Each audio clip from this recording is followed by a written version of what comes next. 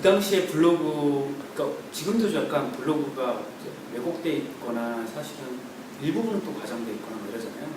그 우리나라의 그 포털 블로그 중심의 산업 구조가 또 포털의 산업 구조의 하부 구조로 존재하잖아요.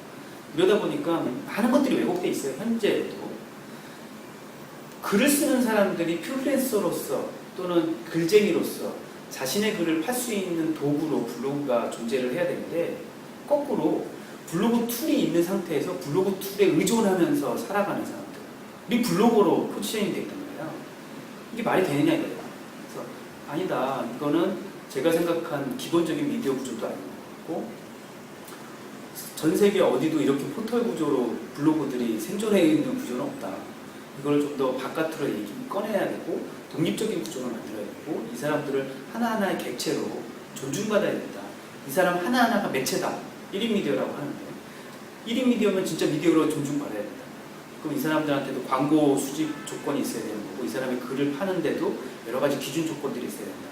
이런 것들은 누군가 구조화 시켜줘야 된다는 거예요. 근데 말이 그렇지, 없는 산업을 만든다는 거는요,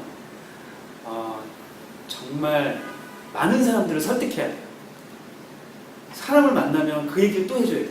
그 문제점을 얘기하고 우리는 이런 해결 방법이 있다고 얘기해줘야 돼요. 또 사람을 만나면 또 그 얘기 또 해줘야 돼요. 또 사람을 만나면 그 얘기 해줘야 돼요. 심지어 블로거들에게도 이 얘기를 또 해줘야 돼요. 우리가 지금 보고 있는 블로그 시장이 왜곡되어 있다는 걸 우리 스스로가 각인하지 않으면, 각성하지 않으면 이 새로운 솔루션이 안 나온다는 거죠. 자, 이러다 보니까 당연히 힘들겠죠. 어떻게 돈 버냐. 이렇게 힘들게 돈을 벌 수 있겠니. 그렇게 해서 미디어 회사가 지금도 막 죽어 낮아빠지고 있는 상황에서 미디어라는 존재 자체가 과연 확장성이 있겠니, 사업성이 있겠니, 이런 질문들이 많이 나오죠. 그러니까 당연히 힘들 수가 있어요. 네, 잘 될 거라는 어떤 희망의 한 줄기를 보신 건가요? 확신 같은 거죠. 예, 확신. 저는 신디케이션에 대한 확신이 있었고요. 실제로도 신디케이션에 대한, 지금 많은 사람들이 TNM은 뭐 먹고 사나 이렇게 궁금해 하시는데, 사실은 저희들 입장에서는 저희 파트너들 글을 재판매해서 먹고 살고 있거든요. 실제로 저희 파트너들 블로그로 글 쓰는데 블로그 글을 누가 사가는 사람이 있거든요. 저희들은 그걸 팔고 있고 가치화 시키고 있고, 지금 뭐 레퍼런스가 그렇게 많지는 않지만 그걸 늘려가고 있고, 좀 더 확산시키기 위해서 커리 같은 새로운 플랫폼도 준비하고 있고, 그래서 저희들은 글을 어떻게 하면 확산시킬 수 있을까, 가치를 받으면서 할 수 있을까에 대해서 고민을 많이 했고, 그거에 대해서는 사실 제가 미디어 전략가로서의 확신 같은 거, 저 자신을 믿을 수밖에 없는 거죠. 우리 조직을 믿을 수밖에 없고, 하다못해 또 제가 중간에 위기였다면은 블로거들을 과연 믿을 수 있을까, 컨텐츠 생산자로서 과연 오리지널리티를 담보할 수 있을까, 이 사람들이. 에 대한 고민도 있었죠. 근데 그런 것들은 저희 블로거들이, 저희 파트너 블로거들이 아주 깔끔하게 해결해주고 있어요. 놀랍게도 오리지널리티를 많이 발휘하고 계시고, 놀랍게도 저작권 문제도 별로 없이 자기의 인사이트를 글로 풀어내주고 있다는 거죠. 그게 저희들의 강점이자 저희들이 갖고 있는 전체적인 재산입니다.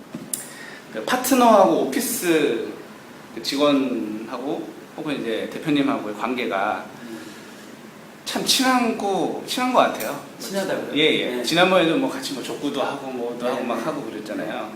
그래서 되게 지금은 저도 이제 많이 편해지고 그런 부분은 참 좋은데, 또 너무 친한 것 같아가지고 또 꼭 좋지만은 않지 않을까라는 그런 좀 우려도 해요, 사실 개인적으로는. 그러니까 서로 냉정해야 될 때가 있을 것 같아요. 그러니까 왜냐면은 돈 문제가 걸려 있을 경우도 있고 하다 보니까, 그럼 이런 관계에서 파트너하고 오피스하고의 어떤 관계를 어떻게 보시는지, 어떤 그 회사하고 주주하고의 관계처럼 보시는지, 아니면 노조하고의 관계처럼 보시는지 그건 좀 말씀을 해주세요. 사실은 동업자 관계로 보고 있어요. 제가 왜 파트너라는 이름을 정했는가 생각해보시면 이해하실 것 같아요. 그래서 많은 사람들이 그냥 궁금증이 없이 저희 TNM 파트너라고 얘기하면 그냥 그런가 보다 하는데, 그 당시에 많은 그 메타 사이트들이건 모든 사이트들이 회원으로 했죠. 뭔가 중심에 있고 그 운영 조직이 회원을 받아들여서 몰개성적인 그런 운영 구조를 갖고 있었다는 거죠. 근데 저는 저나 우리 TNM 가족은 일단 오피스라는 조직 자체를 하나의 객체로 보고 다른 블로거들을 하나하나의 매체로 봤잖아요. 서로 협업해야 되는 대상, 또는 상의해야 되는 대상, 또는 서로 귀속하지 않고 서로에게 도움을 줘야 되는 대상으로 봤어요. 일방적으로 뭔가 우리가 받고 우리가 뭔가 줘야 되는, 돈을 줘야 되는 상황이라든가, 거꾸로 파트너가 우리에게 뭔가 계속 요구해야 되는 상황, 이런 거는 말이 안 되는 거죠. 왜냐하면 서로 도와야 되는 상황이죠. 서로 도와야 되는 관계를 맺은 게 파트너 관계고요. 그래서 그걸 기본적으로 계약 관계로 맺어놓은 겁니다. 근데 계약 관계로 맺어놓으면 사람이 건조하잖아요. 할 말도 못하게 되잖아요. 계약 범위 내에서만 얘기하게 되거든요. 그래서 다른 한 축을 만들어 놓은 게 커뮤니티 구조를 만들어 놓은 거죠. 파트너 운영위원회라는 거를 되게 거창한 이름이지만 어떻게 보면 그냥 커뮤니티죠. 블로거들이 아마 커뮤니티 정도로 보시면 될 것 같은데, 제가 이 파트너 운영위원회라는 커뮤니티를 오피스와 별개로 놓습니다. 사실 우리 파트너들이 많으면 많을수록 저희 오피스 입장에서 좋을 거 아니에요. 그런데도 많은 장애물로 있을 수가 있었죠. 왜냐하면 다른 파트너들의 심사 역할을 하고 있잖아요. 심사를 하는 데 있어서 오피스만 심사하냐? 그렇게 되면 아마 이 커뮤니티 구조는 뭉개졌을 거예요. 근데 지금은 TNM의 파트너 구조를 유지하고 있는 가장 중요한 축은 파트너 운영위원회고 기존의 파트너들이죠. 그래서 아마 파트너의 정체성들, TNM에 대한 정체성은 같이 만들어가고 있는 중이라고 보면 될 것 같아요. 저희들은 계속 사업 제안을 하고 뭔가 광고 플랫폼을 얘기하고 뭔가 미디어 플랫폼을 얘기하고 신디케이션을 통한 돈벌이를 얘기하고 있을 때 TNM 파트너들은 어떤 이슈를 제기하고 어떤 미디어적인 영향력을 얘기하고 또는 어떻게 해야지 사람들이 돈을 벌 수 있는지 사업적인 제안을 하기도 하고 비즈니스 파트너 구조도 만들어가는 거죠. 그래서 저는 이게 되게 조직 이점력, 조직 이점력의 관점으로 이 TNM 전체의 구조도 한번 좀 새롭게 보고 있어요. 그래서 과연 우리 24명의 파트너, 24명의 오피스만으로 구성되어 있는 회사냐, 아니면 관점을 좀 확대시켜서 지금 300명이 하나의 조직체의 이름으로 뭔가 컨텐츠를 생산하고 있는 거대한 틀을 하나 만들고 있는가. 그러면 우리의 위치가 달라지죠. 생각하는 스케일이 달라지고 내가 사람들에게 영향을 미칠 수 있는 범위가 달라지죠. 그게 더 우리에게 그 책임감으로 오는 겁니다. 그래서 저는 이런 책임감들을 파트너들이 서로 공유하고 있다고 생각을 하고 있고요. 그거는 공유하지 못하고 하고 있더라도 파트너들이 얘기하면서 대화하면서 서로의 커뮤니티 안에서 우리의 조직의 모습을 서로 맞춰가고 있다고 보고 있어요. 그거는 자정작용 같은 거죠. 그러면은 TNM 오피스에서 생각하는 어떤 정책이라든가 방향하고 블로거가 생각하는 거하고 좀 다를 수도 있지 않습니까? 네. 그래서 부딪히거나 문제가 되거나 그러지는 않을까요? 저는 이런 생각도 해봤어요. 만약에 모든 파트너들이 우리에게 독점이 되어 있다면 과연 우리 파트너 구조가 만들어질 수 있었을까요? 저는 파트너들 자체는 다 객체이기 때문에 자기 스스로 판단할 수 있고 자기가 우리와 반대되는 상황이 있거나 또는 다른 상황이 있다면 다른 미디어 활동을 하실 거라고 생각해요. 저는 그거에 대해서 왜 우리랑 하지 않고 저쪽이랑 하세요? 지금 예를 들면 뭐 업체랑 우리 비슷한 업체들이랑 하는 모든 미디어 활동들을 또 같이 참여하시는 분들 꽤 있단 말이야. 저는 반대하지 않아요. 왜냐하면 그분들 스스로의 판단이니까. 다만 그들보다 더 괜찮은 미디어 파트너로서 우리가 작용하면 되죠. 저는 그걸 미션으로 삼고 있고요. 파트너들이 그런 과정에서 미디어 영향력을 확대시키고 또는 수익 모델을 확대시키는 과정에서 야, TNM 오피스만큼 제대로 해주는 데가 없다라는 평가를 받고 싶은 또 다른 파트너인 거죠.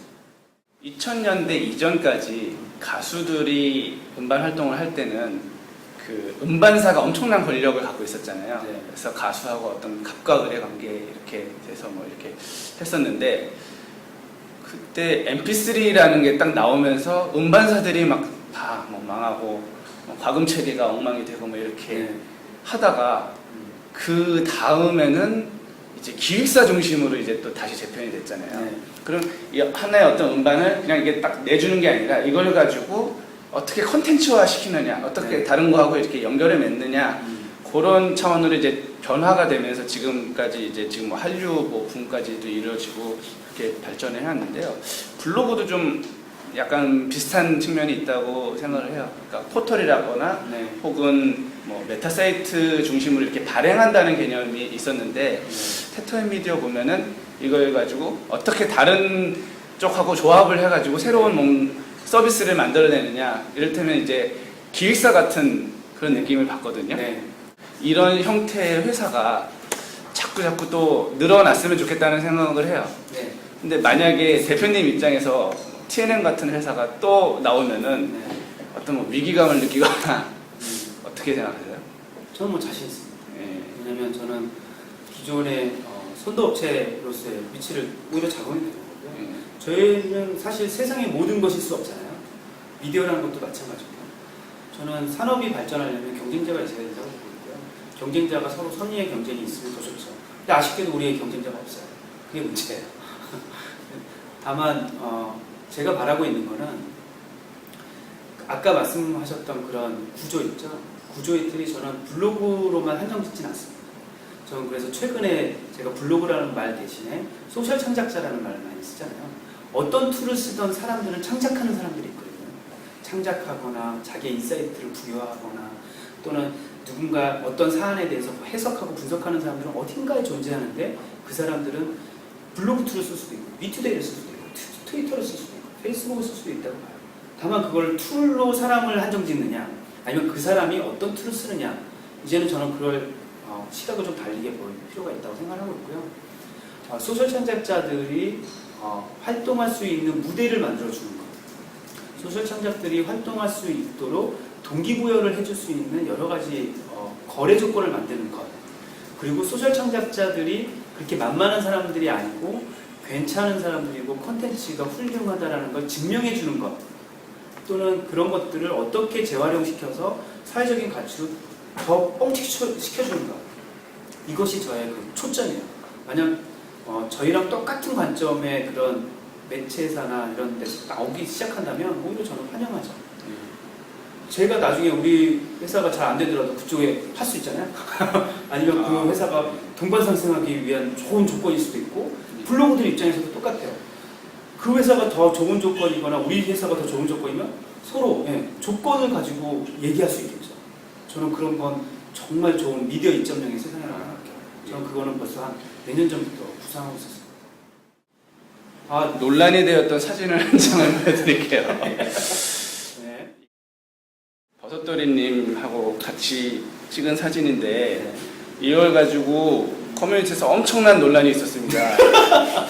자꾸 이렇게 잊을만 하면 꺼내놓고 있어요. 좀 설명을 좀 해주세요. 이번 주 술자리에 있었던 일들이요. 버섯돌이님은 저랑 같이 초창기부터 있어왔던 분이고요. 버섯돌이님은 사실 개인적으로도 사업적으로도 선배이기도 하고 형님이기도 하고